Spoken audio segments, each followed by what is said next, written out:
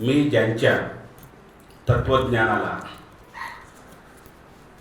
माझ्या जगण्याचा आधार मानतो असे ते विश्वरत्न डॉक्टर बाबासाहेब आंबेडकर यांच्या प्रतिमेस त्रिवार अभिवादन. मंचकावर विराजमान आरक्षण शिखर परिषदेचे आजच्या कार्यक्रमाचे अध्यक्ष, जे मला निमंत्रित करासाठी चंद्रपूरपर्यंत आले होते, सन्माननीय प्रदीपजी गायकवाड साहेब.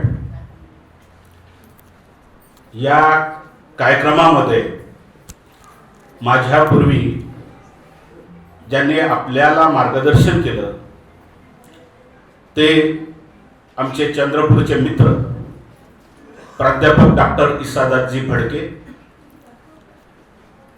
त्यानंतर ज्यांचे आम्ही मराठीत डिबेट वाचतो, संविधानाचे डिबेट्स, आणि सांगताना आनंद होतो की त्यांच्या डिबेटचा बऱ्याच ठिकाणी मी संदर्भाने रेफरन्स दिलेला आहे. असे ते डिबेटचे ट्रान्सलेटर जे प्रोफेसर होते सन्माननीय देवीदासजी घोडेस्वार सर.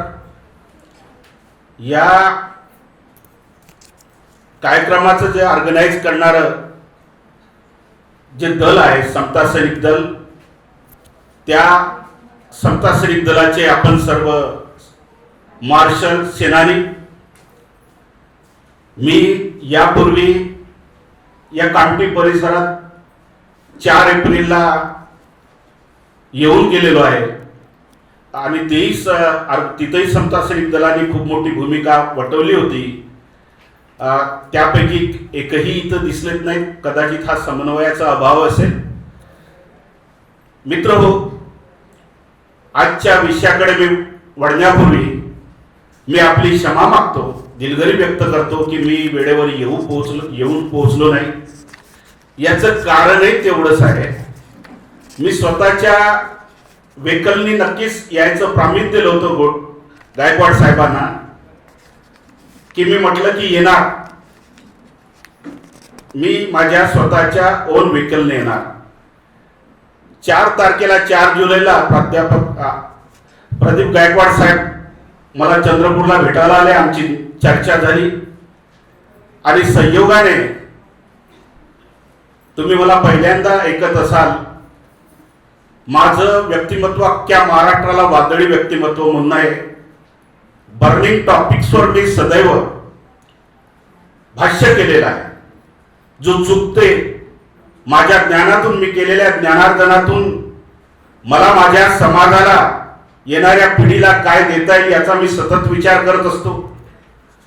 आणि विशेष म्हणजे अलीकडे हायकोर्टमध्ये एट्रोसिटीज ऍक्टच्या केस, एट्रोसिटीज ऍक्ट जे FIR झाले आहेत ते रद्द व्हावेत म्हणून, क्वाश व्हावे म्हणून इथे जे प्रयत्न हायकोर्टामध्ये होत आहे, त्या एट्रोसिटी ऍक्टचे FIR रद्द होऊ नये म्हणून तुमची सर्वांची बाजू मांडण्याचा मी सदैव प्रयत्न केलेला आहे आणि होऊ शकते.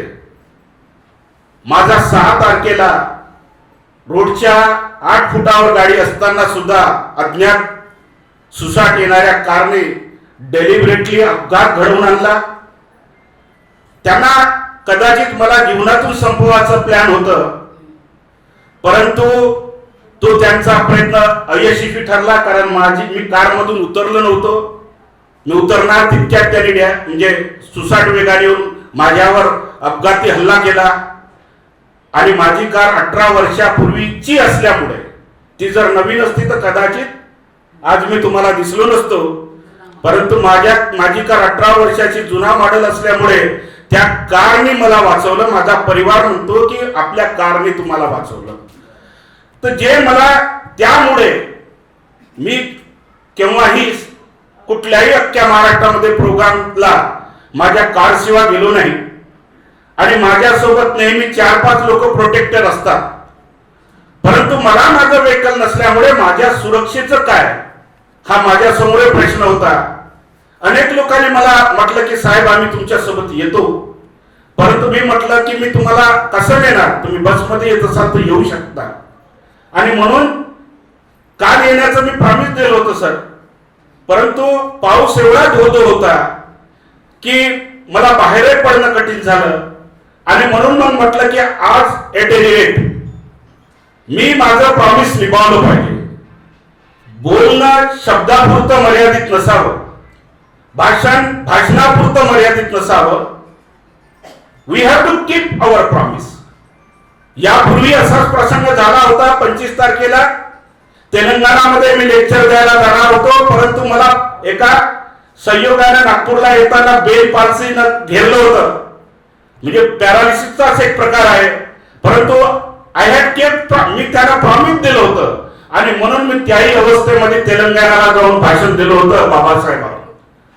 मित्र हो, जे संपवण्यासाठी निघाले किंवा जे चळवळीला मारक आहेत, अशा लोकांचे नेहमीच मी घाव झेललेले आहेत. आणि हेही तुम्हाला सांगतो की मला संपवण्याचा हा 5वा प्रयत्न होता.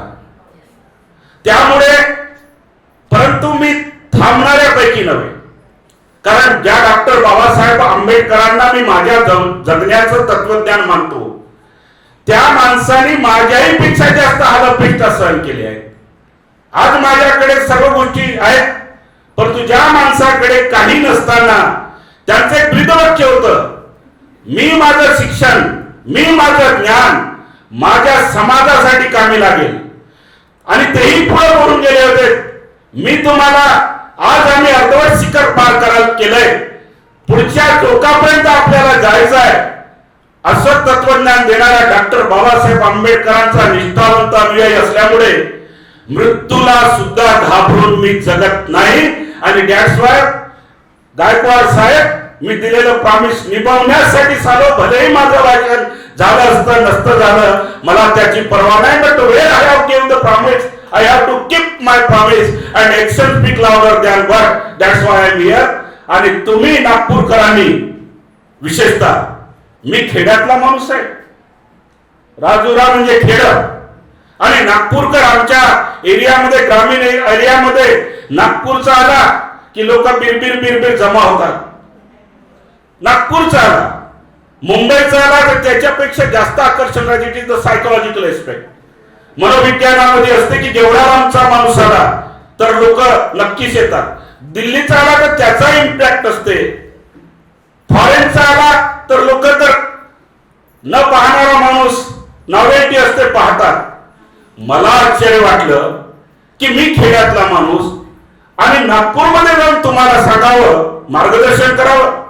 कदाचित मी तेवढ्या इफिशियन्सीचा किंवा इक्लिप्टी नसेल, परंतु प्रदीप गायकवाड साहेबांनी मला आणि आपण सर्वांनी मिळून ही संधी दिली, त्याबद्दल सर्वप्रथम एका खेड्याच्या माणसाला शहरामध्ये मोठं दिलं, त्याबद्दल मी तुमचा आभारी आहे. आणि आपला सर्वांना माझा म्हणजे सप्रेम जय भीम.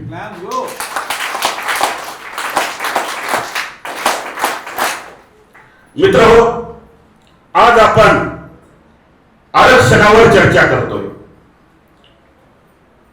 आरक्षण हा आमच्या जिव्हाळ्याचा प्रश्न आहे.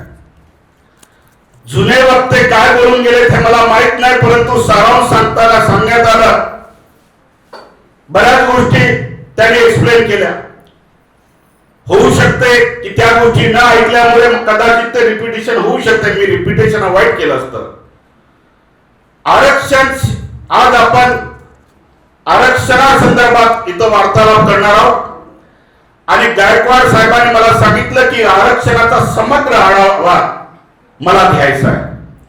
हे घेत असताना माझ्यासमोर प्रश्न उपस्थित झाला होता की भारतामध्ये शिखर परिषद होत आहे नागपूरला आरक्षणावर, आणि त्या आरक्षणाच्या शिखर परिषदेला जाऊन आपण काय बोलावं. मग गायकवाड साहेबांनी मला सांगितलं की साहेब, समग्र आढावा तुम्हालाच घ्यायचा आहे. जेव्हा ते मला भेटायला आले त्यावेळी त्यांनी तोटक माहिती दिली, परंतु नंतर माझ्या हातामध्ये जेव्हा निमंत्रण पत्रिका पडली आणि त्यांनी जे माझं वर्णन केलं तर माझे ते जे सर्क्युलेट झालं सोशल मीडियावर, लोकांनी गायकवाड साहेबांचं अभिनंदन केलं की अप्रोप्रिएट वर्ड सत्यपाल काटकर साहेबांच्या नावाने लिहिलीत. हे ऐकून मी भारावून गेलो आणि मग वाटलं मी आरक्षणावर माझं संशोधकीय मत मांडलं पाहिजे. प्रश्न कसा आहे, भाषण भरपूर असतात. मी कृतिशील माणूस आहे. यासाठी कार्यप्रवण आपल्यामध्ये बोलणाऱ्याची संख्या काही कमी नाही आणि आपल्यामध्ये क्रिटिसाइज करू नये, परंतु इव्हॅल्युएशन म्हणून सांगतो. भारतीय संविधानाचं एबीसीडी माहित नाही तोही संविधानावर डिटेल बोलतो, कारण आपल्यामध्ये भाष्यकार भरपूर आहेत. शिकतो बांडेकर आणि सांगतो आंबेडकर. शिकतो एक आणि सांगतो दुसरं. यावरून आपल्या समाजाची इव्हॅल्युएशन समजते की आपला समाज हा नक्कीच अभ्यासक आहे, परंतु भलताच अभ्यासक आहे. ज्या गोष्टीचं ज्ञान नाही त्या गोष्टीवर तो आपलं इंटरप्रिटेशन करतो आणि म्हणून समाजामध्ये संभ्रम झालेला आहे. साहेब, आपला समाज आजच्या घडीला मानसिक आजाराने ग्रस्त आहे. जसं मला म्हटलं, मी चाललो कार्यक्रमाला तर लोकांनी पहिला प्रश्न केला, समता सैनिक दल. कुठलं समता सैनिक दल सर? मी थोडी पार्श्वभूमी मांडणार आहे, लगेच पैसे काढे वाढणार आहे. म्हणजे कुठलं समता सैनिक दल? म्हटलं समता सैनिक दल. मी त्यांना म्हटलं समता सैनिक दल. त्यांनी म्हटलं कुठलं? मग त्यांचा ड्रेस कसा आहे? मी म्हटलं ड्रेस वगैरे नाही पाहिला, परंतु जिथं डॉक्टर बाबासाहेब आंबेडकरांनी इस्टॅब्लिश केलेल्या मुवमेंट मध्ये जे लोक कार्य करतात, व्हेरीवर दे मे बी, ते कुठे असतील, they are the follower of Ambedkar. आणि अशा कुठल्याही समता सैनिक दलाच्या सभेला जाऊन मरण आलं तरी सांगण्याची हिंमत सत्यपाल काटकर करतो. मी वर्गीकरण करून कुठल्या इथं जात नाही. काही संघटना सोडून जे संविधानाला आरक्षणाला घातक आहे अशा ठिकाणी लाखो रुपये दिले आणि हरितूर वाढले अशा ठिकाणी सत्यपाल काटकर जाणार नाही. परंतु डॉक्टर बाबासाहेब आंबेडकरांचा अनुयायी म्हणून जे लोक कार्य करतात त्या माणसाच्या कुठला दल आहे, कपडे का लावतं, कुठल्या कुणाला फॉलो करतं, it is the organisation of doctor Babasaheb Ambedkar. एक दिवस ते एकत्रित होतील, कलेक्टिव्ह होतील, कोऑपरेशन करतील, कोऑर्डिनेशन करतील आणि पुढे चालतील याचा आशावाद ठेवून मी म्हटलं मी चाललोय त्या आरक्षण परिषदेला. तेव्हा ते विचारणारे निरुत्तर झाले. मित्रहो, हे सांगण्याचं कारण असं की आपणच आपल्यामध्ये कुठेतरी मानसिक दृष्ट्या कुणाची तरी अन्याय होऊन बाकी लोक फ्लेक्सिबल आहेत राजकारणामध्ये, आपल्यामध्ये फ्लेक्सिबिलिटी बिलकुलच नाही. आता मी येताना त्या आपल्या चौकामध्ये संविधान चौक मध्ये पाहिलं, तिथं सुद्धा समता सैनिक दलाचं ऑर्गनायझेशन आहे. काही काय असोना, आंबेडकरी चळवळीला विभागून का असोना, पण बाबासाहेबांसाठी प्रामाणिकपणाने काम करणारे आपले लोक आहेत आणि अशा चळवळीला मार्गदर्शन करताना मला सार्थ स्वाभिमान वाटतो. आणि आज मी तुम्हाला पेपर दिलेला आहे, त्या पेपरमध्ये टायटलच आहे तुम्हाला भारतीय राज्यघटना आणि सकारात्मक कृतीसाठी सरकारी आरक्षण धोरण. सकारात्मक कृतीसाठी सरकारी आरक्षण धोरण हा जो शब्द मी वापरलेला आहे, reservation is nothing but it is the affirmative action. Reservation he affirmative action आहे. कायद्याच्या भाषेत सांगायचं झालं तर अफर्मेटिव्ह ऍक्शन म्हणजे जगामध्ये जे जे राष्ट्र आहेत आणि ज्या ज्या राष्ट्रांना वाटतं की सर्व स्तराची प्रगती व्हावी, सर्व लोक प्रगती प्रवाहामध्ये यावं, कायदे असतील नसतील, ज्या देशामध्ये काही देशामध्ये कायदे असतील, काही देशामध्ये कायदे नसतील, परंतु एक दर्यादिल डॉक्टर बाबासाहेब आंबेडकरांच्या शब्दात सांगायचं झालं की एखाद्याचं आपल्याला कल्याण करायचं असेल तर दर्यादिल दृष्टीने त्याच्याकडे पाहिलं पाहिजे. म्हणजे मला माझा देश चालवायचा असेल तर या देशातील तमाम जनता त्या प्रोग्रेस मध्ये सामील झाली पाहिजे आणि त्या देशाच्या कल्याणामध्ये किंवा त्या देशाला पुढे नेण्याकरिता प्रत्येक ठिकाणी त्यांचं स्किल, मेकॅनिझम, लेबर, एफोर्ट सर्व कामी लागलं पाहिजे. आणि हे सर्व सामील व्हावं, या सर्वांनी प्रगती प्रवाहात यावं, यासाठी लिगली अफर्मेटिव्ह ऍक्शन म्हणतो. आणि अफर्मेटिव्ह ऍक्शन आणि आरक्षण हा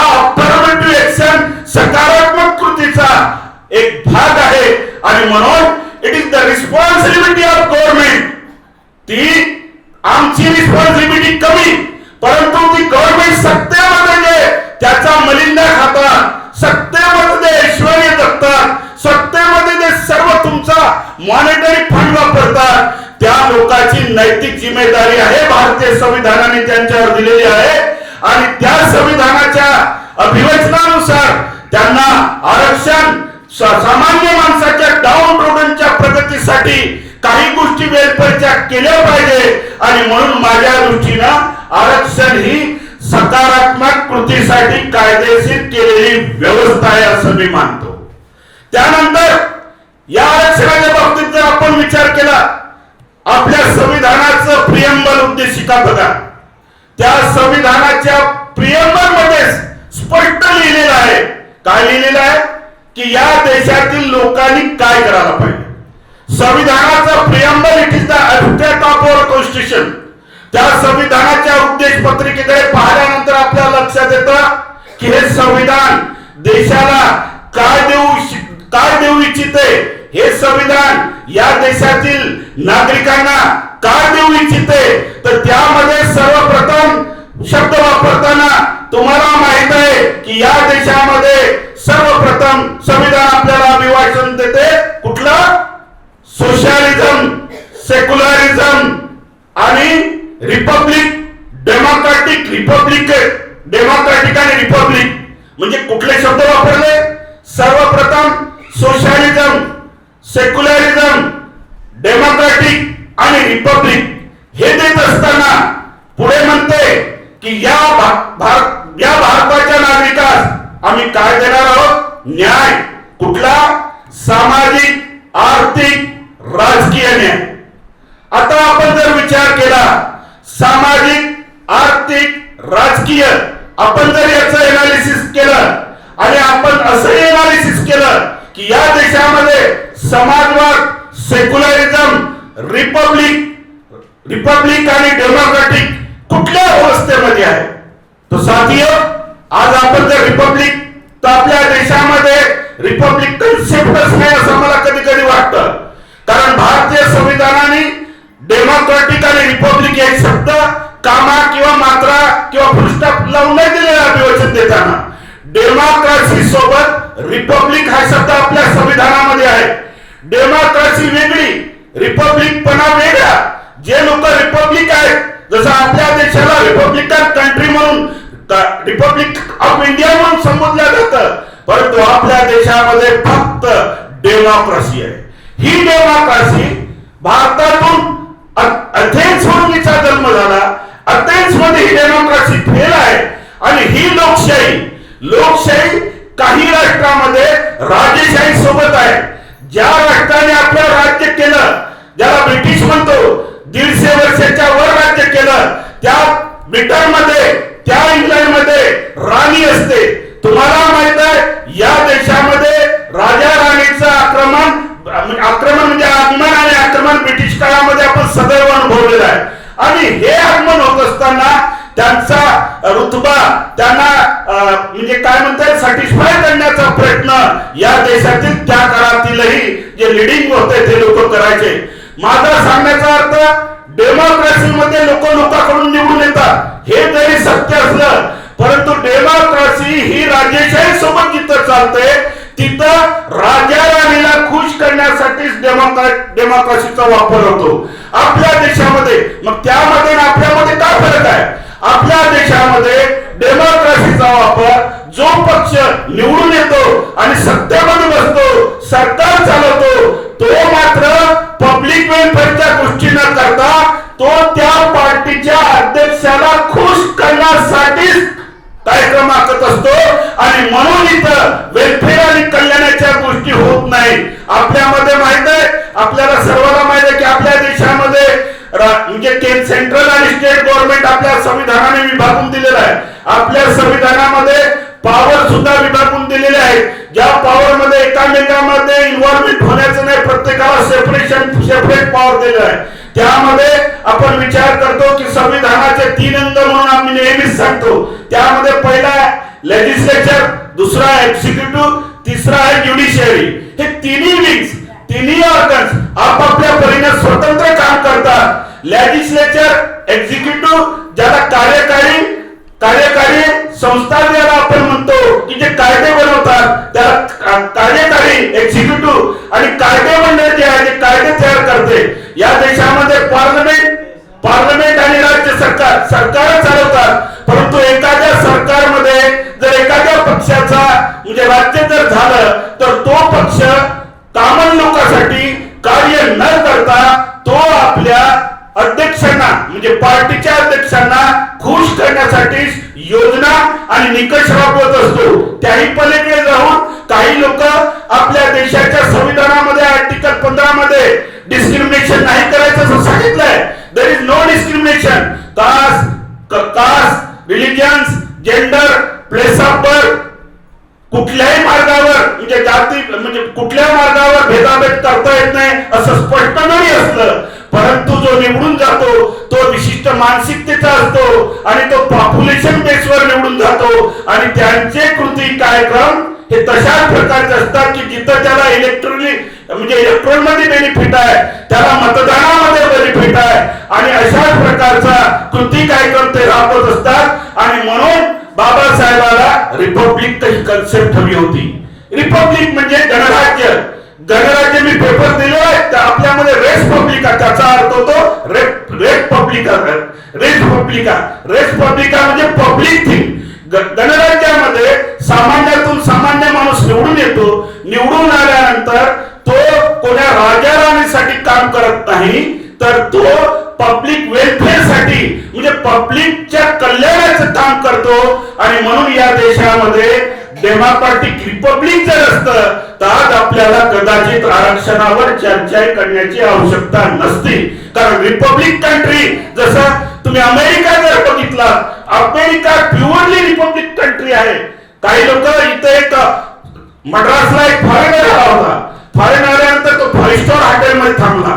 5 स्टार हॉटेलमध्ये थांबताना त्यांनी बाहेर डोकावलं तर त्याला झोपडपट्टी दिसली. त्याला झोपडपट्टी म्हणजे खूप मोठं आश्चर्य वाटलं. त्यांनी फोटो स्केच करून त्यांनी सोशल मीडियावर व्हायरल केला की भारतामध्ये आजही गरीब अमिरीची दरी आहे त्याच प्रमाणात आहे जी स्वातंत्र्याच्या पूर्वी होती आणि स्वातंत्र्यानंतर या देशामध्ये रिपब्लिक डेमोक्रॅटिक कंट्री म्हणून ज्या देशाचा उल्लेख होतो त्या गावामध्ये आजही झोपडपट्टी स्लम एरिया आहे. असं जेव्हा त्यांनी सोशल मीडियावर रिलीज केलं तर तेव्हा आपल्या लोकांनी कमेंट केलं काय अमेरिकेमध्ये गरिबी नाही, काय इंग्लंडमध्ये गरिबी नाही, काय जपानमध्ये गरिबी नाही. गरिबी मधला तफावत आहे. अमेरिकामध्ये तो purely country is Republic country आणि त्याचं काम आहे जसं आपण इथं म्हणतो की आरक्षण आम्हाला का मागावं लागतं. We are somewhere we create it is. 1950 मध्ये 1935 मध्ये आरक्षणाचं धोरण झालं. इथं छत्रपती शाहू महाराजांचा आपण उल्लेख करतो की छत्रपती शाहू महाराजांनी सर्वप्रथम आपल्या रयतेसाठी आरक्षण घोषित केलं. म्हणजे केवळ SC/ST साठी नव्हतं, सर्व जनतेसाठी होतं. आणि ते घोषित झाल्यानंतर 1935 मध्ये जेव्हा इथं ब्रिटिश थोडेसे दर्यादिल होते. त्यांना वाटलं की सर्व लोकांचं सहभाग अत्यंत आवश्यक आहे रुलिंग करत असताना. आणि ब्रिटिश काळामध्ये या देशामध्ये थोडा आपल्या संदर्भात अनटचेबल संदर्भात विचार सुरू झाला आणि ब्रिटिशांनी आपल्या मिलिटरीमध्ये वगैरे आपल्याला सामावून घेण्यास सुरुवात केलं होतं. आणि जेव्हा गव्हर्नमेंट ऑफ इंडिया ऍक्ट झाला आणि डॉक्टर बाबासाहेब आंबेडकर दुसऱ्या गोलमेज परिषदेमध्ये जाऊन रॅमसे मॅकडोनाल्ड समोर गरजले होते की तुम्ही या देशात आला, या देशामध्ये राज्य करत आहात, परंतु आजही अस्पृश्यांची परिस्थिती हेच आहे. जर आमच्यामध्ये सुधारणा होत नाही, आमच्या लोकांचं जीवनमान बदलत नसेल, आमची धारणा बदलत नसेल तर ब्रिटिश क्विट फ्रॉम इंडिया असं सांगणारे बाबासाहेब होते. तेही वादाच्या गुहेत जाऊन गोलमेज परिषदेमध्ये. आणि म्हणून बाबासाहेबांनी जे दुसऱ्या गोलमेज परिषदेमध्ये जे मांडणी केली, विद्वत्तापूर्ण भाषण केलं आणि सांगितलं की how it is essential reservation, how it is essential. त्यापूर्वी सिखांना, मुसलमानांना रिझर्वेशन होतं, परंतु 60 कोटी अनटचेबलला कुठलंही रिझर्वेशन नव्हतं. आणि म्हणून बाबासाहेबांनी जसं तिथं खळावून ब्रिटिशांना सांगितलं आणि ते सांगल्यानंतर जसं रामसन मॅकडोनाल्डनी जातीय निवाडा जाहीर केला आणि या देशामध्ये भविष्यामध्ये आरक्षण येणार, रिझर्वेशन येणार, इट वॉज द पॉलिटिकल आरक्षण आणि it was the political supported आरक्षण, परंतु ते सुद्धा द्यायचं नाही, सत्ता सर्व आमच्या हातात ठेवायची, कारण या देशामध्ये वेद व्यवस्था ही फार प्राचीन आणि कधीही त्या वेद व्यवस्थेमध्ये एनालिसिस झालं नाही, ज्याला आम्ही आता ज्युडिशियरी रिव्ह्यू म्हणतो ते पुढे मी सांगणार आहे. आणि म्हणून महात्मा गांधींनी आमरण उपोषण केलं. महात्मा गांधींनी आमरण उपोषण येरवड्याच्या जेलमध्ये केलं आणि 1932 मध्ये पुन्हा पॅक झाला आणि त्या पुन्हा पॅक मध्ये आपल्याला 71 वरून 148 सीट देण्यात आल्या. 148 म्हणजे राजकीय सीट आणि 1935 मध्ये गव्हर्नमेंट ऑफ इंडिया एक झाला आणि त्या गव्हर्नमेंट ऑफ इंडिया एक मध्ये 1935 च्या कायद्यानुसार म्हणजे दलितांसाठी त्यावेळेस डिप्रेस क्लास बाबासाहेब म्हणत होते, ऑप्रेस क्लास म्हणत होते आणि त्या 1935 नुसार शेड्यूल कास्ट शेड्यूल ट्राइब ही संज्ञा तयार झाली आणि आपल्याला तिथून खरी म्हणजे आरक्षणाची सुरुवात झाली. असं का बरं व्हावं? एकीकडे आपण डॉक्टर बाबासाहेब आंबेडकरांना आदर्श मानतो आणि दुसरीकडे आपण डॉक्टर बाबासाहेबांचे स्वतःला अनुयायी समजतो आणि डॉक्टर बाबासाहेब आंबेडकर त्या काळात कुठल्याही फॅसिलिटी सोयी सवलती नसताना बडोद्याच्या जसं छत्रपती शाहू महाराजांनी आरक्षणाची सुरुवात केली तसेच बडोद्याचे सयाजीराव गायकवाड यांनी त्या काळात आपल्या राज्यामध्ये सक्तीचं आणि मोफत शिक्षण सुरू केलं होतं. हे दोन राजे जे डॉक्टर बाबासाहेब आंबेडकरांच्या मदतीला धावून आले आणि तुम्हाला माहित आहे की बडोद्याच्या सयाजीराव गायकवाडांनी डॉक्टर बाबासाहेब आंबेडकरांना इंग्लंड आणि अमेरिकामध्ये शिकण्यासाठी शिष्यवृत्ती व्यवस्था केली आणि त्या व्यवस्थेची जी डॉक्टर बाबासाहेब आंबेडकरांना जाणीव झाली आणि त्या काळात ज्या माणसाकडे कुठल्याही सोयी सवलती नाही तो माणूस म्हणजे गरीबी घरचा नव्हता आंबेडकर हे सांगत आहोत, परंतु कम्पेअर टू अदर पर्सन त्यांचे वडील तर मिलिटरी ऑफिसर होते. आम्ही गरीबा घरचा जन्मला एक हिरा नाव तुम्हाला सांगतो एका शाहिरा हे जे गाणं आपण म्हणतो त्या गाण्यामधला बाबासाहेबांनी उत्तर दिलं आहे बुद्धांडी धम्मामध्ये आणि I am very thankful Pradeep Gaikwad साहेब तुमच्या बुद्धांडी तुम्ही जे छापलेलं बुद्धांडी धम्मा होतं त्यामध्ये बाबासाहेबांचं प्रिफेस आणि इंट्रोडक्शन दोन्ही छापलं आणि त्या प्रिफेस आणि इंट्रोडक्शन मध्ये जी भूमिका बाबासाहेबांनी मांडली त्यामध्ये बाबासाहेब स्वतः म्हणतात की my father was military officer, my father was military officer. गरीबा घरचा हिरा नव्हता, त्यांच्या वडिलांना त्या काळात पेन्शन मिळत होतं. सयाजीराव गायकवाडांनी त्या काळात त्यांना 25 रुपये स्कॉलरशिप शिष्यवृत्ती दिली होती आणि म्हणून सयाजीराव गायकवाडांच्या मेहनतीने doctor Babasaheb Ambedkar America England मध्ये गेले आणि त्या पैशावर त्या स्वतःच्या हार्ड एफोर्ट मेहनतीवर बाबासाहेब शिकून आले आणि त्यांनी अमेरिका इंग्लंडचं जीवनमान पाहिलं आणि आपल्या देशाची विदारक परिस्थिती पाहिली तुमची आमची आमच्या पूर्वजाची आणि म्हणून डॉक्टर बाबासाहेब आंबेडकरांनी ठरवलं की माझं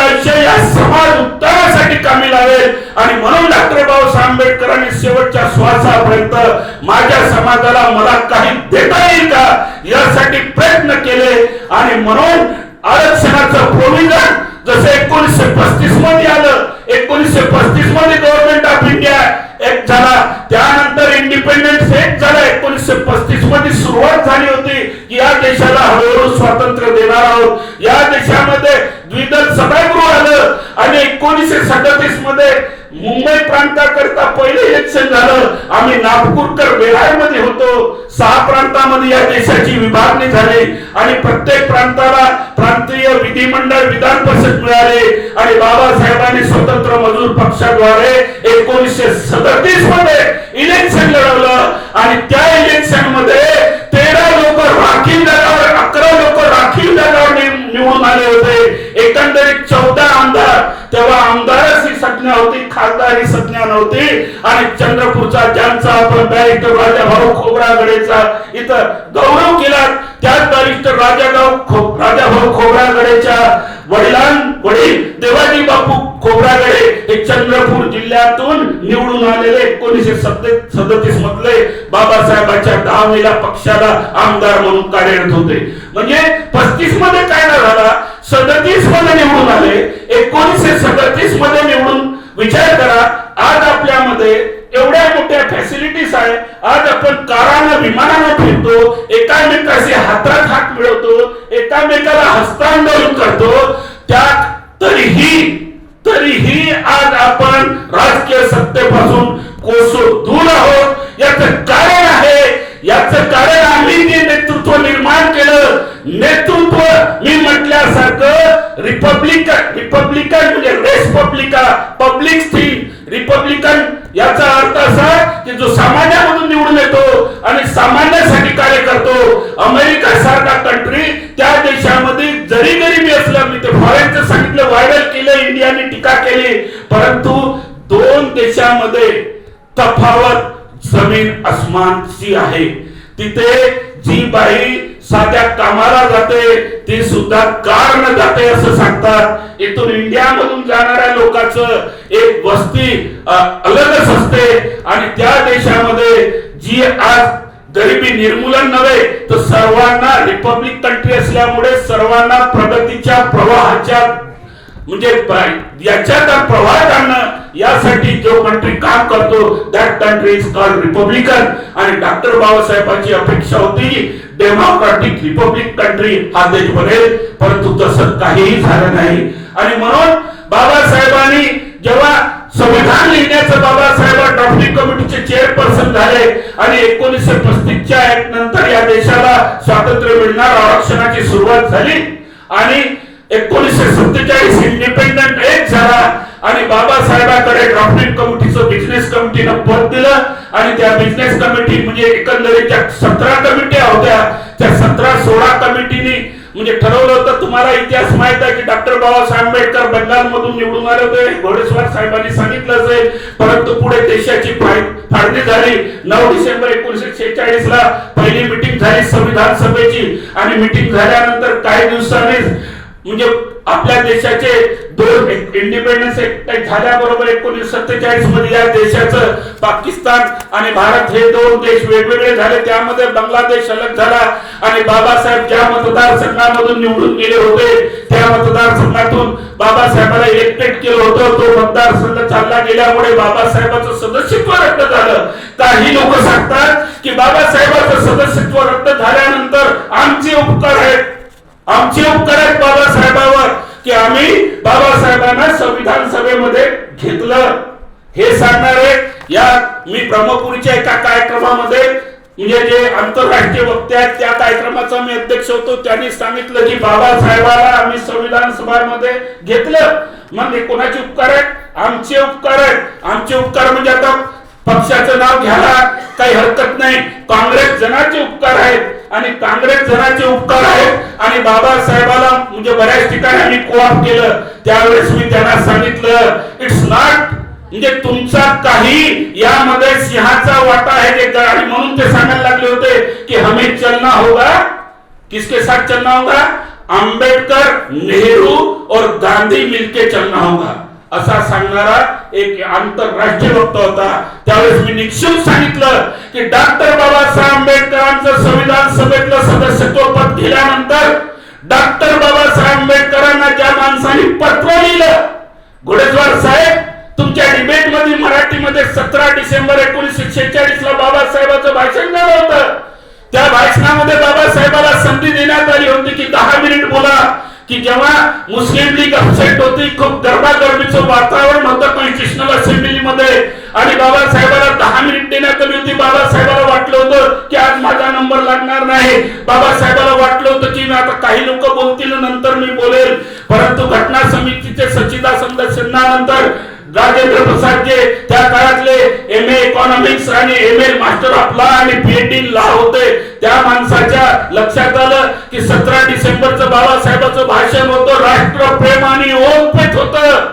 बाबासाहेब म्हणतात की आम्ही पंडित जवाहरलाल नेहरूंनी उद्दिष्ट जे मांडली आहेत ती उद्दिष्ट मला वाटलं की बरंच काय राहील म्हणजे पंडित जवाहरलाल नेहरू एक समाजवादी होते आणि समाजवादी सोशलिझम सांगणारा माणूस या घटनेमध्ये उद्दिष्ट मांडताना असं काय मांडेल की जे सर्वसामान्यांना न्यायाची भूमिकेतून नेईल आणि समाजवादाचं संरक्षण करण्यासाठी काही नाही काहीतरी नक्कीच निकष मांडतील, परंतु डॉक्टर बाबासाहेब म्हणतात की आम्ही निराश झालो. परंतु डॉक्टर बाबासाहेब आंबेडकर काँग्रेस आणि इतर कॉन्स्टिट्यूशनल असेंब्लीच्या सदस्यांना वाटलं होतं डॉक्टर बाबासाहेब आंबेडकर एकतर मुस्लिम लीगवर तुटून पडतील किंवा काँग्रेस जनावर तुटून पडतील, परंतु तसं काही झालं नाही.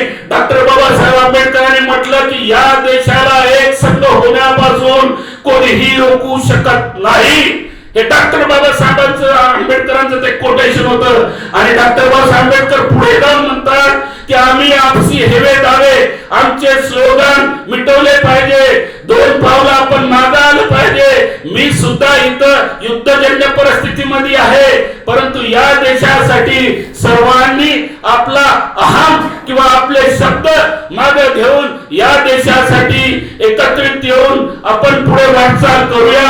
आणि डॉक्टर बाबासाहेब आंबेडकर बरेच काय बोलले आणि त्या भाषणामध्ये जो टाळ्या आणि गडगडाट झाला आणि डॉक्टर बाबासाहेब आंबेडकरांची विद्वत्ता त्या भाषणाने तिथं असणाऱ्या सर्व कॉन्स्टिट्यूशनल असेंब्लीच्या लोकांनी मान्य केलं. आणि म्हणून डॉक्टर बाबासाहेब आंबेडकरांचं सदस्यत्व केल्यानंतर डॉक्टर राजेंद्र प्रसादने बीजी खेरला पत्र लिहिलं आणि त्या पत्रामध्ये क्लिअर लिहिलं होतं की I want to see doctor B R Ambedkar in next session. आणि म्हणून डॉक्टर बाबासाहेब आंबेडकरांच्या विद्वत्तेला शरण जाऊन या देशामध्ये मुंबई प्रांतातून डॉक्टर बाबासाहेब आंबेडकरांना सदस्यत्व बहाल करण्यात आलं. त्या ठिकाणी मी निक्षून सांगलं की हे कोणाचे उपकार नाहीत, हा आमच्या डॉक्टर बाबासाहेब आंबेडकरांच्या विद्वत्तेचा प्रताप आहे.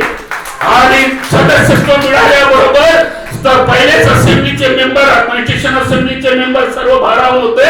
आणि जसे डॉक्टर बाबासाहेब आंबेडकर सदस्यत्व ग्रहण करतात इमिडिएट डॉक्टर बाबासाहेब आंबेडकरांना 17व्या कमिटीचा ड्रॉप टीम कमिटीचा चेअरपर्सन बनवण्यात आलं आणि तुमचा आमचा उदय झाला. आणि म्हणून या संविधानामध्ये जे जे प्रोव्हिजन आहेत, ज्या ज्या गोष्टी आहेत, काही लोक म्हणतात, कश्यप सारखे लोक म्हणतात की the constitution is nothing but ज्याच्यातील 75% भाग हा 1935च्या 1 मधून घेण्यात आलेला आहे. हे भारतीय संविधानावर क्रिटिक्स केल्या जातं. काही प्रमाणात म्हणजे 1935च्या 1चा आधार आहे हे कोणी नाकारत नाही, परंतु प्रत्येक गोष्ट 1935च्या 1 मधून घेतली हे मात्र आम्हाला स्वीकार्य नाही. कारण 1935च्या 1 मध्ये प्रत्येक गोष्टीचं कुठलंही विवरण नाही. ऑफकोर्स आहे 1935च्या 1 मध्ये बऱ्याच गोष्टी आपण पाहिलेल्या की 1935च्या 1 मध्ये ज्यात 14 भाग होते, 321 कलम होती, 10 परिशिष्ट होते. कुठल्या ब्रिटिश काळात झालेल्या 1935च्या 1 मध्ये. परंतु भारतीय संविधानाला जेव्हा आपण अंगीकारलं, आपल्याला सर्वांना इतिहास माहित आहे, त्या इतिहासामध्ये आपण पाहिलेलं आहे, त्या इतिहासामध्ये स्पष्ट लिहिलेलं आहे की भारतीय संविधानामध्ये आज जेव्हा आपण अंगीकृत केलं तेव्हा 395 कलमे होती आणि 395 कलमे आणि 22 भागामध्ये संविधान होतं. आजच्या घडीला या संविधानाचं आपण वास्तव पाहिलं तर त्यामध्ये 448 कलमे म्हणजे अनुच्छेद आहेत आणि या संविधानामध्ये बरेच अपेंडिक्स आणि 25 भाग आहेत आणि अनुसूची 12 आहे, परिशिष्ट 5 आहे. 395 कलम आणि 321 कलम यामध्ये तफावत आहे. आणि त्या याच्यामध्ये जे वेलफेअरची कन्सेप्ट जी होती 1935च्या 1 मध्ये ती भारतीय संविधानामध्ये वेगळ्या रीतीने डॉक्टर बाबासाहेब आंबेडकरांनी कोड केलेली आहे. आणि म्हणून आपल्याला संविधानाच्या प्रिएम्बल मध्येच नव्हे तर एंटायर संविधान जर पाहिलं, आपण नेहमी फंडामेंटल राईट्स वर बोलतो. फंडामेंटल राईटच्या पलीकडे आपलं संविधान आहे. जसं मी सांगितलं, लेजिस्लेचर, एक्झिक्युटिव्ह आणि ज्युडिशियरी. लेजिस्लेचर म्हणजे आपण जे निवडून देतो आमदार खासदार, आणि एक्झिक्युटिव्ह म्हणजे या आमदार खासदारांमधून जे मिनिस्टर बनतात त्याला एक्झिक्युटिव्ह म्हणतो. एक्झिक्युटिव्ह मध्ये राष्ट्रीय स्तरावर विचार केला तर राष्ट्रपती आणि त्यांचं कॅबिनेट मिनिस्ट्री म्हणजे एक्झिक्युटिव्ह. आणि राज्य स्तरावर विचार केला तर राज्यपाल आणि मिनिस्टर हे एक्झिक्युटिव्ह हे लेजिस्लेचर आणि एक्झिक्युटिव्ह मिळून कायदे बनवतात आणि कायदे राबवण्याचं काम ऍडमिनिस्ट्रेटर राबवत असतात आणि हे ऍडमिनिस्ट्रेटर कायदे करत असतात, एक्झिक्युटिव्ह कायदे करत असताना यांचं चेक अँड बॅलन्स करण्यासाठी या देशामध्ये भारतीय संविधानामध्ये ज्युडिशियरी सिस्टम आहे. ज्युडिशियरी सिस्टमचा जर विचार केला तर हे संविधान 1935च्या एक मधून झालं, ब्रिटिशाच्या एक मधून झालं असं जर मान्य केलं आपण तर आज तुम्ही ब्रिटिशाच्या न्याय व्यवस्थेकडे बघा. ब्रिटिशाच्या न्याय व्यवस्थेमध्ये संविधान ज्युडिशियरी आहे. ज्युडिशियरी अत्यंत कमकुवत आहे. तिथे जे पार्लिमेंट कायदे करेल, ज्युडिशियरी फक्त तिथे एवढंच पाहते की ज्युडिशियरी पार्लमेंटच्या एमएलएनी एमपीनी मेंबरनी या पलीकडे जाऊन पार्लमेंटरी रूल तोडू नये एवढंच तिथली ज्युडिशियरी पाहते. परंतु भारतीय ज्युडिशियरी ही स्वतंत्र आणि इंडिपेंडेंट आहे. भारतीय न्याय व्यवस्था जे घटनेचं तिसरं आर्गन आहे, लोक चौथा आर्गन करून सांगतात तो त्यांचा अभ्यास असू शकते, परंतु या घटनेचे 3 आर्गन्स आहेत. त्यामध्ये लेजिस्लेचर, एक्झिक्युटिव्ह आणि ज्युडिशियरी. चौथा आर्गन्स नाही या घटनेमध्ये, परंतु ते 19 आर्टिकल नुसार भाषणाचं जे स्वातंत्र्य आहे त्याच्यामध्ये इलेक्ट्रॉनिक आणि मास मीडिया आला आहे. पॉलिटिकल लोकांनी आपल्या फायद्यासाठी आपल्याकडून आपलं चांगलं बनवून घेण्यासाठी त्या विंग्सला चौथं अंग म्हटलेलं आहे. परंतु इनफॅक्ट आज मोठ्या प्रॉम्प्टली आणि मोठ्या विवेक बुद्धीने सांगतो भारतीय संविधानामध्ये ज्युडिशियरी, लेजिस्लेटर, एक्झिक्युटिव्ह हे 3च ऑर्गन्स आहे, चौथं अंग नाही आहे. परंतु भाषणामध्ये आपले लोक चौथ्या अंगाचा समाविष्ट करून बोलतात. बरे असो, ते या देशामध्ये भारतीय संविधानाचं ज्युडिशियरी आपण अनालिसिस करताना जर बाबासाहेबांनी 1935च्या 1 मधून ब्रिटिशांमधून सर्व घटना घेतली असं जर म्हणणं काही लोकांचं असेल तर त्यांना माझं सांगणं आहे की या देशामध्ये ज्युडिशियरी स्वतंत्र, इंडिपेंडन्स आणि चेक अँड बॅलन्स करण्याकरिता आहे. चेक अँड बॅलन्स म्हणजे जर हे लेजिस्लेचर, जर हे आमदार, जर हे खासदार, जर हे मंत्री, जर यांचं बिहेवियर, जर यांचं वर्तन, जर यांचे कायदे, जर यांनी केलेलं नोटिफिकेशन, जर यांनी केलेला ऑर्डर, जे यांनी केलेला बायला, जे यांनी केलेली कस्टम, जे यांनी केलेले युसेज, जे भारतीय संविधानामध्ये जे कायद्याची डेफिनेशन 13(3) मध्ये करण्यात आलेली आहे. आपल्याला फक्त पार्लमेंटने पास केलेला कायदा असं वाटतो, तसं नसते. नोटिफिकेशन, ऑर्डर, बायला, युजेस 8-10 म्हणजे नोटिफिकेशन, ऑर्डर, बायला, युजेस, कस्टम ह्या अनेक गोष्टी कायद्यामध्ये येतात. ऑर्डिनन्स पासून तर ऑर्डर होईल.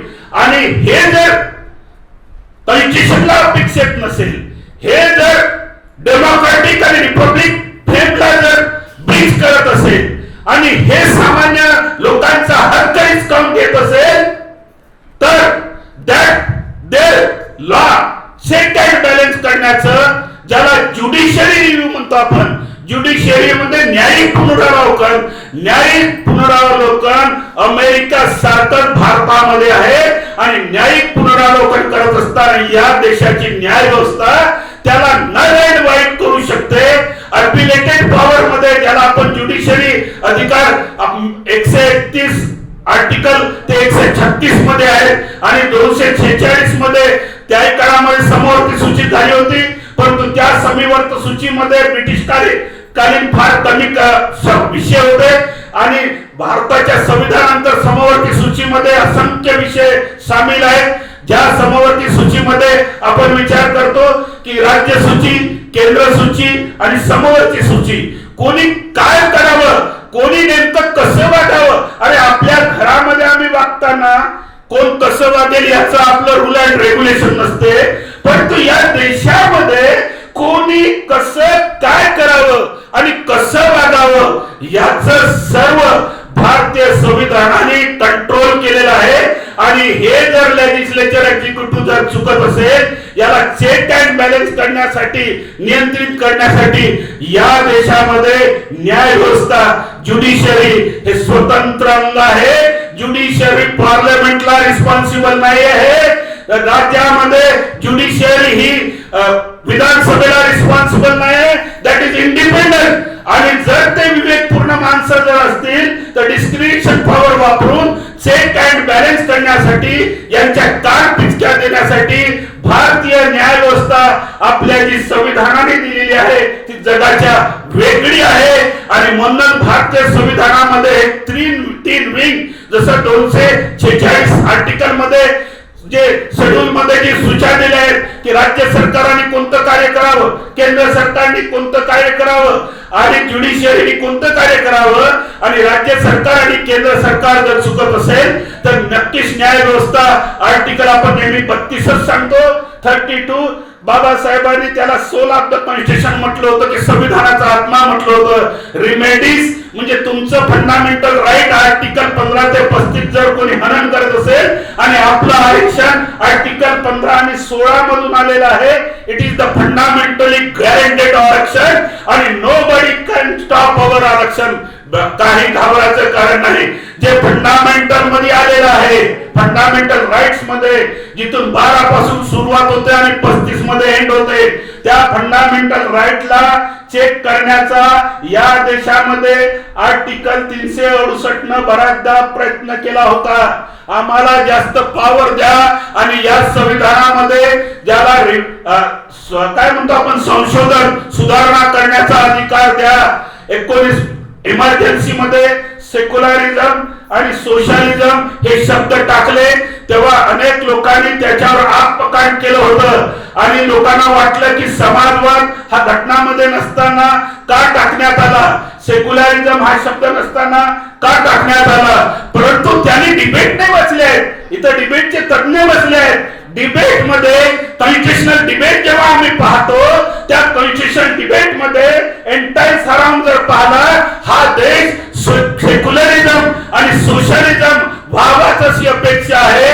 आणि म्हणून त्या काळात लोक त्याचा अर्थ गैरअर्थ पकडत, परंतु secularism now it is become a basic doctrine of our constitution. धर्मनिरपेक्ष आमच्या संविधानाचं बेसिक डॉक्ट्रिन आहे. आणि म्हणून मी तुम्हाला सांगतो 368 जे संविधानामध्ये पार्लमेंटमध्ये दुरुस्त करण्याचे अधिकार दिलेले आहेत, त्याच 13 मध्ये जे आम्हाला अधिकार दिलेले आहेत 13चा विपर्यास करून जिकडे तिकडे सोशल मीडियावर सांगण्यात आलं, 13चा 1चा विपर्यास करून ही घटना लागू झाल्यापासून या देशात सर्व कायदे शून्यवत होतील असा मेसेज आमच्या लोकांनी मोठ्या मोठ्या शब्दामध्ये लिहून जिकडे तिकडे व्हायरल केला. त्यावेळेस मी सांगितलं की भारतीय संविधान समजून घेणं हे 10वा-12वा वर्गाचं काम नव्हे. Even though I have completed LLM in Administrative Constitutional Law, afterward I have completed advanced certificate in Constitutional Law. तरीही मला वाटतं की भारतीय संविधानामध्ये पुन्हा मला बरंच काही समजायचं आहे. तर त्या लोकांनी सोशल मीडियावर व्हायरल केलं होतं. मित्र हो, 13 मध्ये अशी क्लिअरिटी आहे की या भाग 3C विसंगत जे कायदे असतील, भाग 3C म्हणजे फंडामेंटल राईट्स जे विसंगत कायदे होतील ते फक्त शून्य होतील. आणि जे कायदे ब्रिटिशकालीन आहेत, जसं आपण म्हटलो आपण चेक देतो, चेक बाउन्स होतो, चेक क्लिअरन्स होत नाही, तो कायदा कधीचा आहे?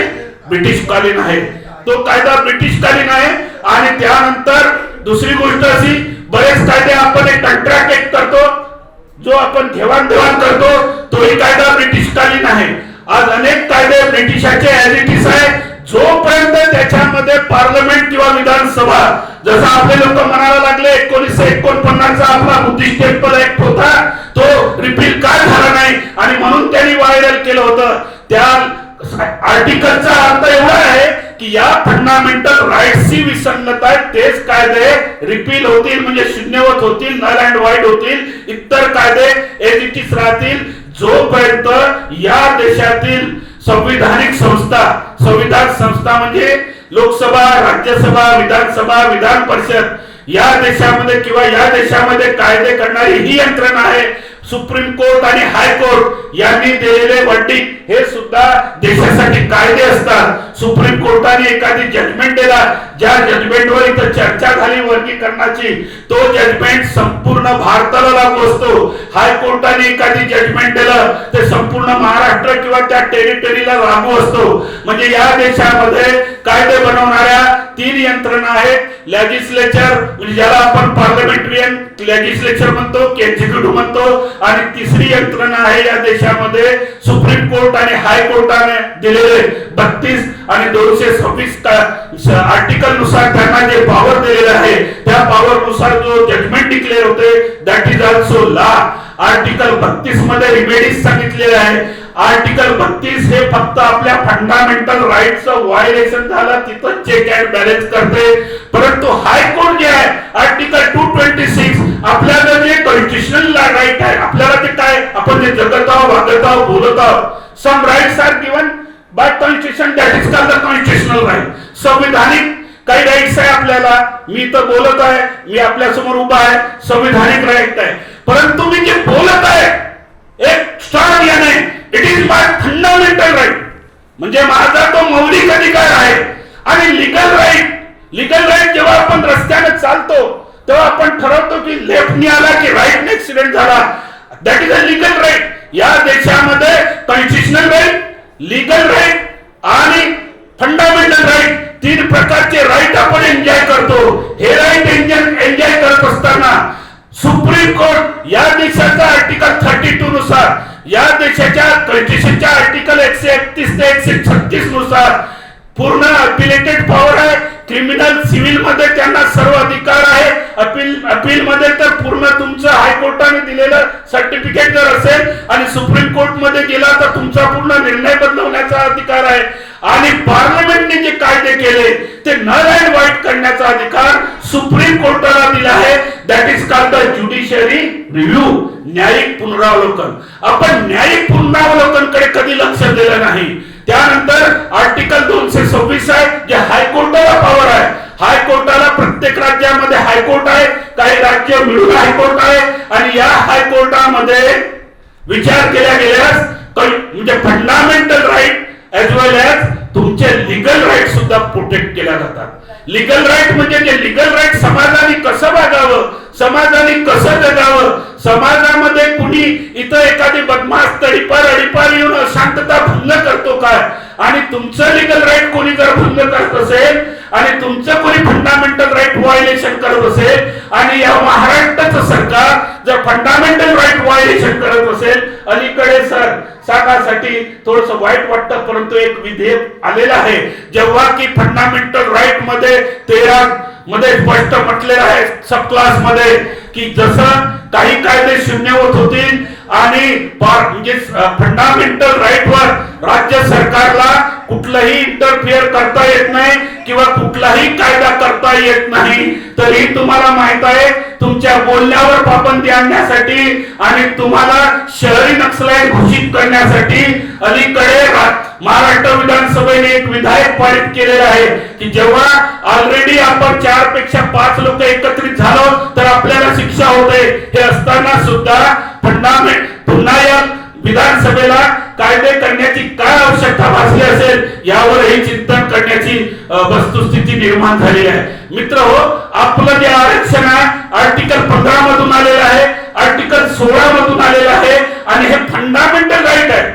फंडामेंटल राईट मध्ये अमेंडमेंट जेव्हा करून जे आले तेव्हा फंडामेंटल राईट आहे. आणि फंडामेंटल राईटच्या बाबतीत बोलायचं झालं तर Golaknath versus state of Punjab हे सुप्रीम कोर्टापर्यंत एक केस आलं होतं, मॅटर आली होती. गोलकनाथ वर्सेस पंजाब सरकार यामध्ये जे जजमेंट झालं होतं सुप्रीम कोर्टाचं वर्डिक होतं. सुप्रीम कोर्ट सरळ म्हणतं म्हणजे parliamentarian can amend the constitution, they have the right. 368 मध्ये अधिकार आहे. पूर्ण बहुमत, काही बहुमत आणि काही राज्याचं सहमत घेऊन 3 प्रकारचं बहुमत करून त्यांना दुरुस्ती करता येतं. परंतु हे दुरुस्ती करत असताना त्यामध्ये क्लिअरिटी होती. त्यामध्ये त्याने लिहिलं होतं की गोलकनाथ मध्ये स्पष्ट सांगण्यात आलं होतं की you can amend the constitution but you cannot alter the fundamental right. Fundamental राईटला तुम्हाला हात लावता पुढे केशवानंद भारती आले. केशवानंद भारती विरुद्ध केरळ सरकार हे सर्वात मोठं बेंच आहे, ज्याच्यामध्ये 13 जजेस न्यायमूर्ती बसले होते. या 13 जजेस न्यायमूर्तींनी 368च्या बाबतीत बोलताना सांगितलं, 368च्या बाबतीत सांगितलं की parliament can amend the constitution, power आहे, दे कॅन अमेंड एनीवेअर, परंतु they cannot change the modify the basic structure of power constitution. Basic स्ट्रक्चरच्या, संविधानाच्या बेसिक स्ट्रक्चरला जे फंडामेंटल आहे, अरे पूर्ण आमचे पंतप्रधान काय पूर्ण राज्यामध्ये पूर्ण कोणाचंही जरी सरकार आलं तर ते संविधानाला उद्ध्वस्त करू शकत नाही जोपर्यंत केशवानंद भारती 13 न्यायाधीशांचं जजमेंट आहे. They can amendment but they cannot change the basic structure of constitution. Basic structure म्हणजे सेक्युलरिझम, धर्मनिरपेक्षता. आता तुम्हाला माहित आहे की पार्लमेंटनी कायदे बदलवले, कायदे नाही बदलवले, फक्त सेक्शन, आपण संविधानामध्ये आर्टिकल म्हणतो, इकडे सेक्शन म्हणतो, या सेक्शन मध्ये चेंजेस केलं. त्या सेक्शन मध्ये सांगण्यात आलं, आणि काय सांगण्यात आलं, वेगवेगळे 2-4 बदल केले आणि केलं, आणि त्यामध्ये भारतीय न्याय संहिता, काय लिहिलं, भारतीय न्याय संहिता, भारतीय कायदे संहिता, भारतीय सुरक्षा संहिता. अरे जर त्यांना हिंदू राष्ट्र करायचं होतं, सर्व अधिकार त्यांच्या हातात होते, हिंदुस्थान न्याय संहिता का केली नाही, हा माझा टेक्निकली प्रश्न आहे. अरे तुमच्या हातात होतं, बाहेर येऊन भाषण देता, जिथे तिथे जेव्हा की सांगतं की सेक्युलरिझम आमच्या देशाचं बेसिक स्ट्रक्चर आहे, आमच्या संविधानाचं बेसिक स्ट्रक्चर आहे, डेमोक्रेसी लोकशाही आमच्या संविधानाचं बेसिक स्ट्रक्चर आहे, रिपब्लिक आमच्या संविधानाचं बेसिक स्ट्रक्चर आहे, पॉवर डिव्हिजन ऑफ पॉवर केंद्राचे आणि राज्याचे डिव्हिजन पॉवर बेसिक स्ट्रक्चर आहे, individual dignity and status, individual dignity and status जे प्रिएम्बल मध्ये सांगितलं आहे की व्यक्तीचा दर्जा हे आमच्या संविधानाचं मूळ धागा आहे, आणि त्यामुळे त्या पॉलिटिकल अफवावर जाऊ नका. या संविधानामध्ये मॉडिफाय करतील, परंतु केशवानंद भारतीमुळे या संविधानाच्या मूळ धाग्याला कोणी हात लावू शकत नाही. आणि आरक्षण आमच्या फंडामेंटल राईट 15(4) मध्ये, 15(5) मध्ये, 15(6) मध्ये दुरुस्ती करून 103 ही दुरुस्ती करायला लागली, तरी कुठं करावं लागलं, सेक्शन 6 टाकण्यात आलं. परंतु आरक्षणाचा मूळ उद्देश बदलवण्याचा प्रयत्न या देशामध्ये केला जात आहे, हे मात्र सत्य आहे. आरक्षण का बदलवण्याचा प्रयत्न करतात, कालची गाव पुसावर राहणारी, हे जनावर ढोरं ओढणारी, कालपर्यंत जे पाणी वाढ म्हणणारी माणसं आज आमच्या घरासमोर महाल आणि बिल्डिंग बांधत आहेत आणि आम्हाला चॅलेंज करत आहेत. ही डॉक्टर बाबासाहेब आंबेडकरांना मानणारी लेकरं आमच्या पुढे जात आहेत, आणि हे केवळ आरक्षण शिष्यवृत्ती जर मिळाली नसती, मिलिंद कॉलेज ऑफ सायन्स मध्ये मी शिकलेला आहे, मी पेपर मध्ये सांगितलं आहे, त्या काळामध्ये मिलिंद कॉलेज ऑफ सायन्स मध्ये शिकासाठी अख्ख्या महाराष्ट्राची पोरं औरंगाबादला येत होती. याचं कारण एवढंच आहे माझ्या भावंडानं, तिथं आम्हाला मंथली 60 रुपये शिष्यवृत्ती मिळत होती. किती? मंथली 60 रुपये, आणि 60 रुपयाच्या शिष्यवृत्तीवर आम्ही शिकलो. मीच नाही शिकलो तर प्रतापसिंग बोदळे पासून तर अनेक लोक मिलिंद कॉलेज मध्ये जे शिकले ते साधी तलवार नव्हती, शस्त्र बाळगण्यापेक्षा धारदार तलवार होती. अरे आजच्याला कापण्याची ताकद मिलिंद कॉलेज मध्ये संस्कारित झालेल्या पोराची आहे. आम्ही शिकताना बाहेर जरी पडलं औरंगाबाद मध्ये आणि सांगितलं कुठल्या कॉलेजचा, मिलिंद कॉलेजचा, अच्छाची काय म्हणते गिरी होऊन जायची मिलिंद कॉलेजचं नाव सांगल्यानंतर, आणि म्हणून ही आम्ही शिकायला लागलो. शिष्यवृत्ती आमच्यासाठी 1944 पासून सुरू होती. बाबासाहेबांनी पैशाचं महत्व ओळखलं होतं, प्रॉब्लेम ऑफ रुपीज सांगितलं होतं, प्रॉब्लेम ऑफ रुपीज, परंतु आम्ही मात्र प्रॉब्लेम ऑफ रुपीज मध्ये मागे पडलो. याचं कारण आहे कालपर्यंत आमच्याकडे नोकरी चाकरी किंवा जाण्या इतपत पैसे नव्हते. आज आमची पहिली पिढी घरदार आणि गाडी घोडा यामध्ये गुंतलेली आहे, आणि त्यामुळे आपण कमीत कमी त्यांच्या घरासमोर स्टार्ट पाण्यानं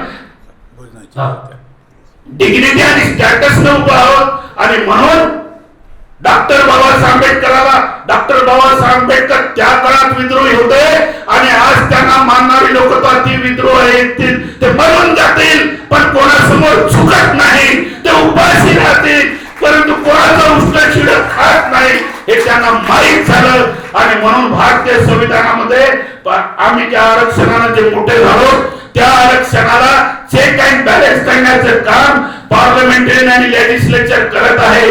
परंतु काही घाबरायचं कारण नाही, ते फंडामेंटल राईट्स मध्ये 15(4) मध्ये दुरुस्ती करून दिलेलं आहे. यांना सुद्धा इकॉनॉमिक विकर सेक्शन कंपॅरिझन एवढं करतो मी माझा अर्थ घेतो. अरे 8 लाख इकॉनॉमिक विकर सेक्शन वर माझं एलएलएम ला डिझर्टेशन होतं. मी त्यामध्ये क्रिटिसाइज केलं होतं. प्रोव्हिजन करत असताना तुम्हाला घटना दुरुस्ती जिथं करायची आहे जिथं तुम्ही कधी केली नाही, कधी आमदार खासदाराच्या पात्रतेमध्ये तुम्ही दुरुस्ती केली नाही, कधी मिनिस्टर कोण कोणत्या डिपार्टमेंटचा व्हावा तिथं आम्ही सुधारणा केली नाही. परंतु जे निवडून जातात ते त्यांचा रेशियल पॉवर वापरतात, त्यांचं ब्रेन रेशियल साठी जगतं, वंशासाठी जगतं. आणि त्याला वाटतं की जेव्हा हे लेकरं आयएस व्हायला लागली, एमपीएससी व्हायला लागली, यूपीएससी व्हायला लागली आणि रिझर्वेशनच्या नावावर काही प्रमाणात येऊन ते चुपचाप बसली नाहीत, इतरांप्रमाणे जोहार बाजबाब करीत नाही त्यांचा अधिकारी, म्हणून त्यांना आरक्षणवर थोडासा खटका उडाला त्यांना वाटलं. आणि म्हणून एका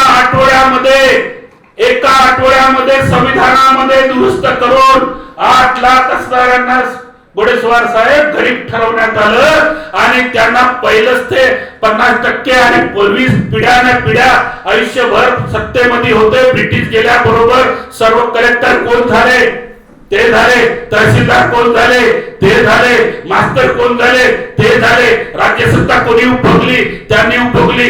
बाबासाहेब प्रायमरी एज्युकेशनला फंडामेंटल राईट मध्ये टाका असं संविधान सभेमध्ये सांगत होते. परंतु संविधान सभेमध्ये फंडामेंटल राईट जर 1950 मध्ये जर टाकलं असतं तर काय झालं असतं, माझा बाप तहसीलदार झाला असता, माझा बाप तहसीलदार जर झाला असता तर मी इथं कशाला असतो, मी कलेक्टर काय कॅबिनेट मिनिस्टरची बरोबरी केली असती.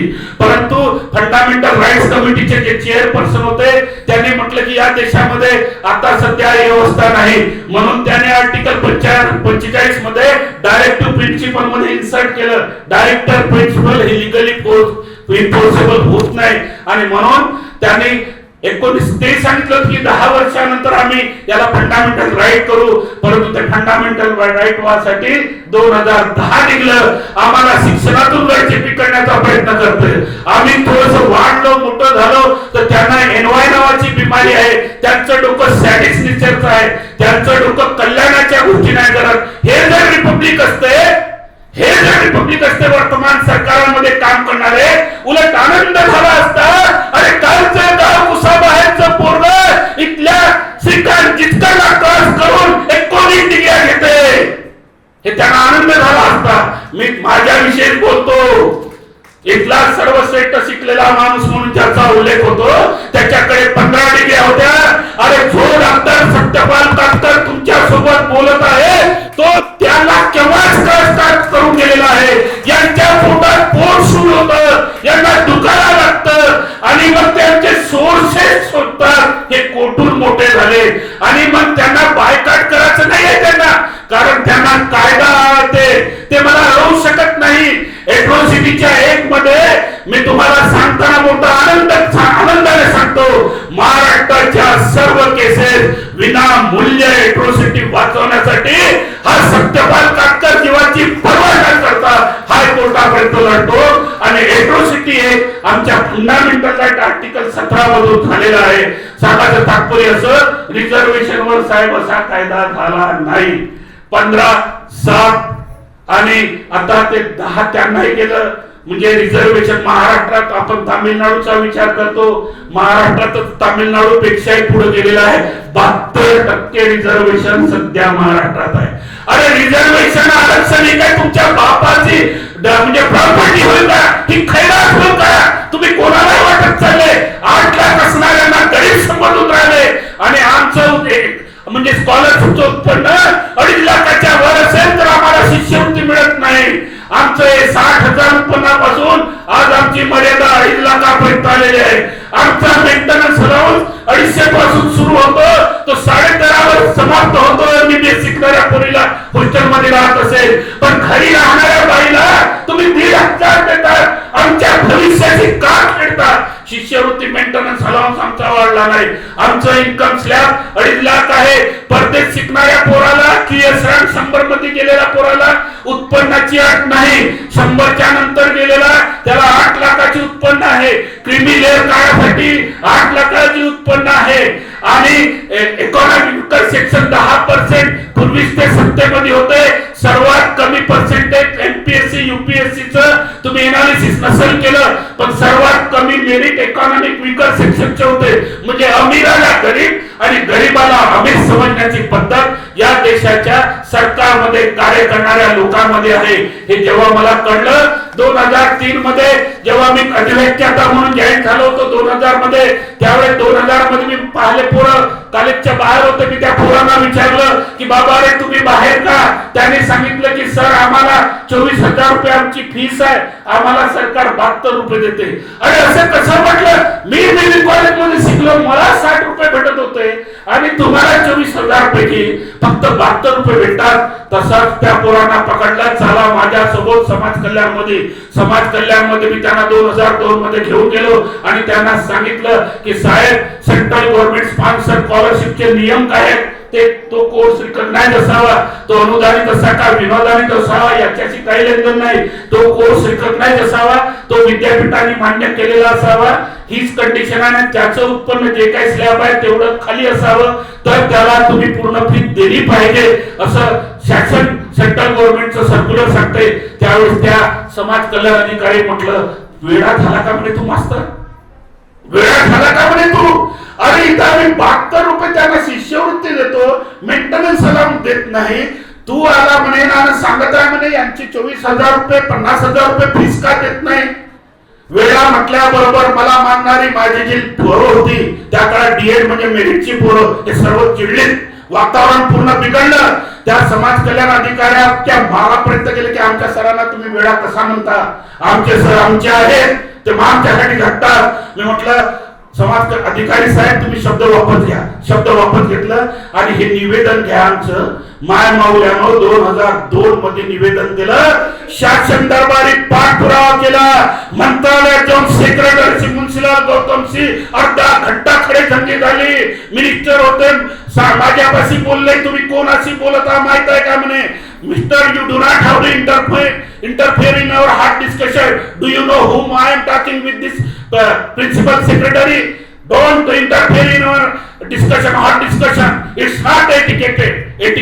मंत्री महोदय चुपचाप बसले आणि मग त्या मुन्सीलाल गौतमी म्हटलं होतं त्यावेळेस मला अजय आठवते, हे पोरं 24,000 भरू शकत नाही म्हणे, माझं पोरगं 40,000 भरते म्हणे. वारे वा प्रधान सचिव, इकडे तर तुमचे आमचे लोक आंबेडकरवादी मधून तुमचा जय जयकार करतात आणि अर्धा घंटा पहिले मी इंग्रजी मध्ये बोललो तो मराठीत बोला म्हणे.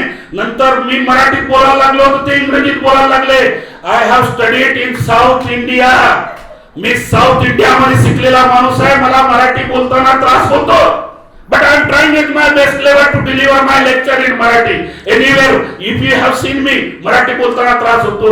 आणि माय माऊल्यानो 2003 मध्ये महाराष्ट्र सरकारला भाग पडलं. इंजिनिअरिंग, मेडिकल, प्रोफेशनल मॅनेजमेंट, जेवढे एग्रीकल्चर, MCA, MBA सर्व कोर्सेसना, विनानुदानित कोर्सेसना पूर्ण फीस सह शिष्यवृत्ती द्यायला सुरुवात 2003 पासून झाली आणि 2007 मध्ये सर्क्युलर निघालं. आणि म्हणून आमची पोरं पूर्ण फीस आणि माफ असल्यामुळे आज उठला सुटला इंजिनिअरिंग मेडिकल कडे जातो.